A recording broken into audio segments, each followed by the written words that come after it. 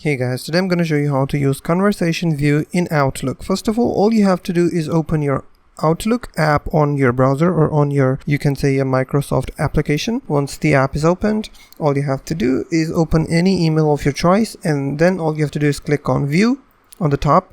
From here you have to click on messages. From here you have to select conversation and select group into conversations. Now your emails will be showed in terms of the conversational view. Okay, so this is the conversational view. You can also tweak the settings of this conversational view. All you have to do is go to view settings. You have to scroll down a bit. From here you will see an option or a section of message organization. You can tweak arrange the reading pane, newest on top, newest on bottom, or show each message separately. I will show each message separately. I will click on save.